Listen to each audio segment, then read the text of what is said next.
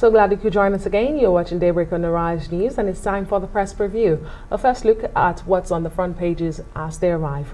We begin with our sister publication This Day, and it's leading with rising theft. Nigeria records 193 million barrels of crude oil deficits in 11 months. The writer there produces 441 million barrels of projected 635 million crude, and only 12 of country's 53 oil rigs active.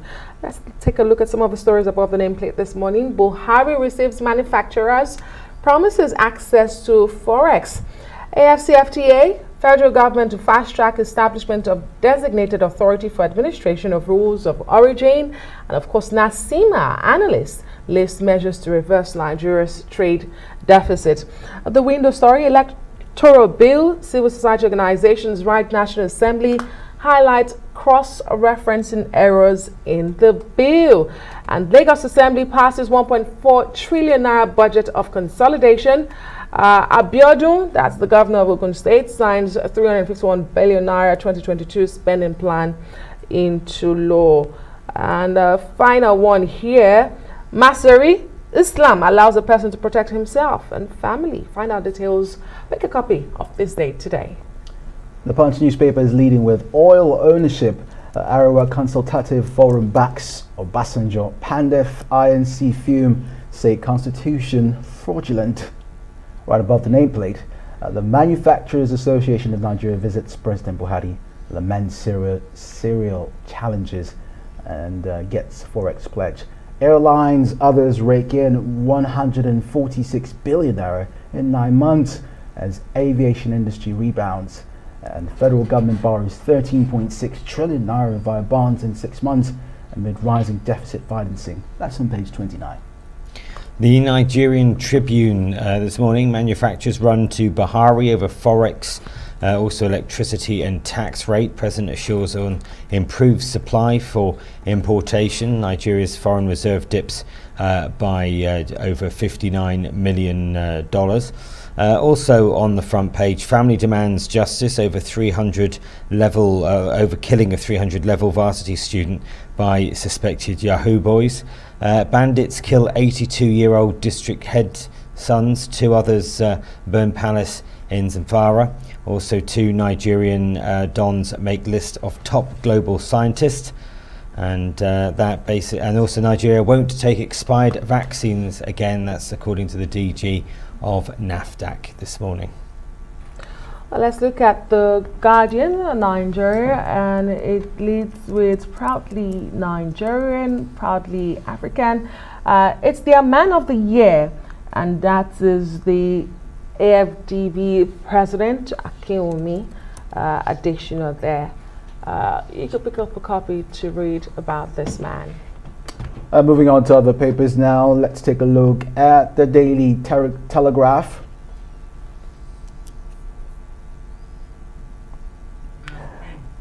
Testing in tatters as Javid blames huge surge in demand. Also the Financial Times this morning, Musk rejects claims his satellites are squeezing out rivals in space. Also the World Health Organization warns of Omicron tsunami as US and Europe break infection records.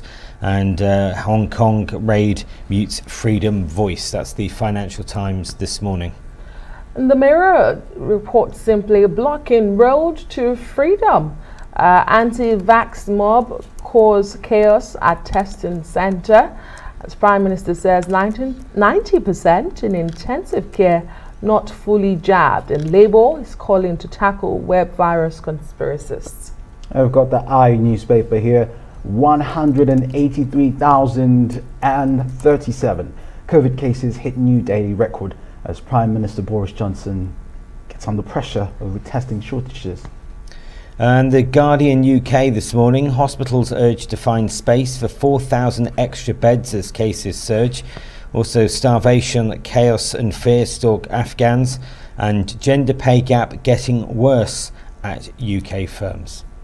The Financial Times is reporting Elon Musk rejecting claims his satellites are squeezing out rivals in space. And finally, from the Daily Mirror, blocking road to freedom. Reclaim the NHS and jab tyranny now. Well, for more on these stories and what's in the front pages, let's now bring in Emmanuel Bello. Good morning to you, Emmanuel. Thank you very much indeed for joining us. As always, let's start with this day newspaper. We're finding out the rising theft here. Nigeria records 193 million barrels of crude oil deficit in 11 months. So what can the government do to stop this action?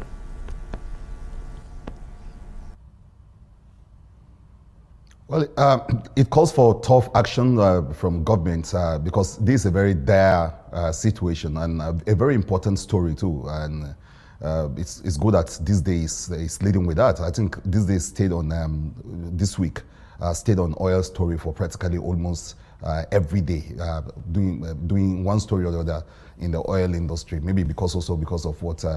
Obasanjo said, President Obasanjo said the other day. But this is a very important story, and it's important that we look at those sectors because now it's making the job even easy for the federal government. We're pointing to the problem. The newspaper is pointing to the problem that is oil theft, and that this is going on, and it's even giving statistics showing how much we're losing. And if you cannot produce those required numbers, of course, that will also affect whatever revenues or earnings you are expecting from the sector. So the problem has been made bare before the federal government. It's now to have the leadership, the will, the sense of security, and also the kind of collaborative efforts, the synergy between host communities, regulatory bodies, to do the job of really protecting those places. Beyond even the theft, it's also raising another problem, discussing what is the rigs that are active and those that are not.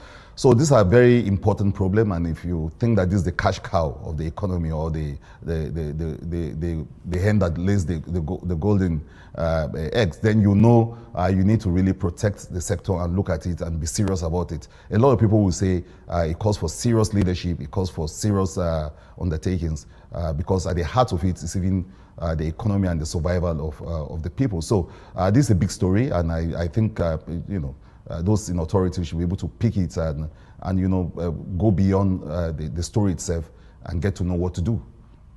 Well, let's look at the Punch. I don't think anybody expected that the story was going to go anywhere anytime soon. The oil ownership in Nigeria, it's a long debate. You said so yourself yesterday. It's back on the front pages this morning, Emmanuel Bello, and the Punch is riding with that.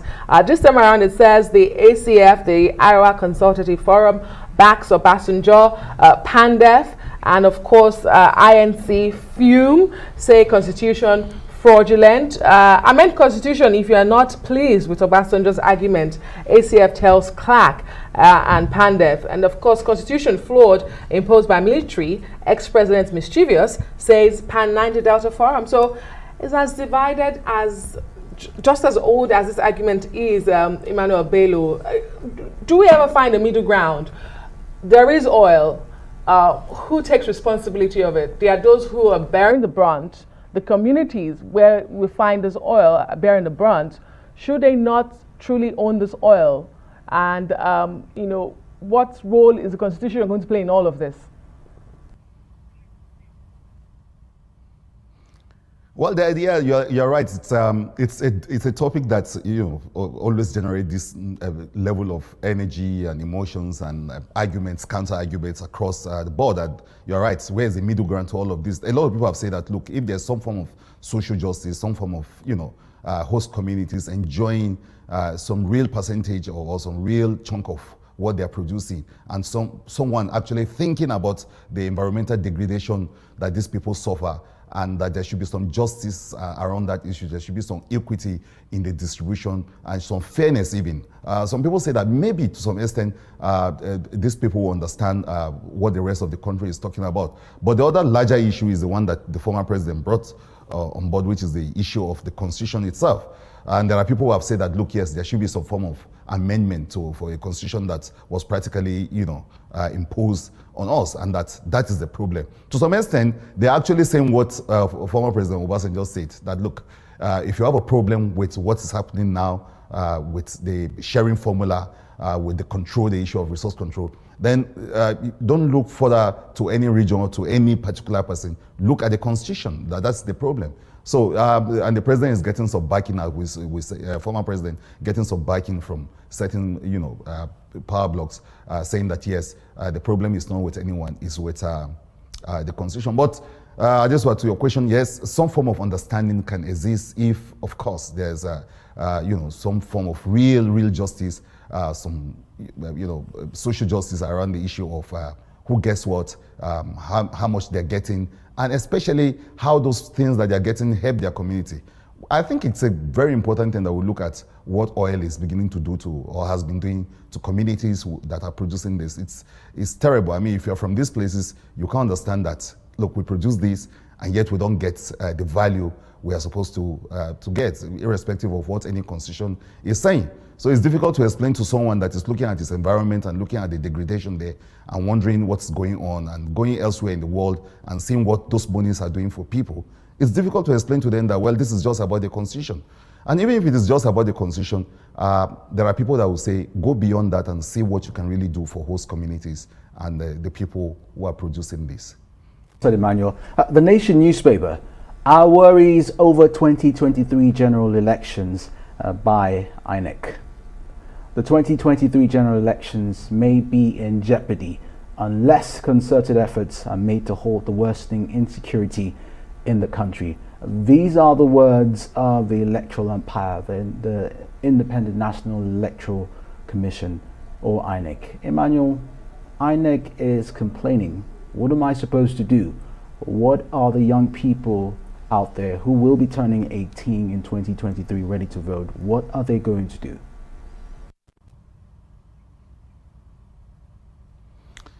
I know, Kenneth, actually yesterday you expressed concern, you were even asking whether we're going to have an election or not, and then today we're seeing this story, with the umpire saying that, look, yes, those elections are in danger. Yesterday we were looking at transmissions, issue of electronics, and how to get better results. But now the story today has actually moved a step further to even the issue of security around the election itself. And the umpires are beginning to talk about the problem that most people really worry about. How safe, are those places where we're going to have elections? How safe? We've seen in the last elections how those issues came into play, and you have those heavy deployments of security. But when you have an election around the country and with the kind of crisis that you are having, how are you going to prosecute it? So this is something that should worry, especially not just those who are seeking offices, but the people who are going to work around those elections, the staffing and other people. This should be a worrisome story, but the problem too again is presented, the issue of security. And the president is already promising that in the next 17 months, they will do everything in their power to secure the country. He needs to do that because he wants to bequeath a legacy of good elections, a great transition. And the only way he can do that, the umpire is pointing out, is by securing places and making everywhere safe. So that's a challenge for the federal government to really look into. Well, Emmanuel, we'll have to leave it there, but thank you very much indeed for your analysis this morning.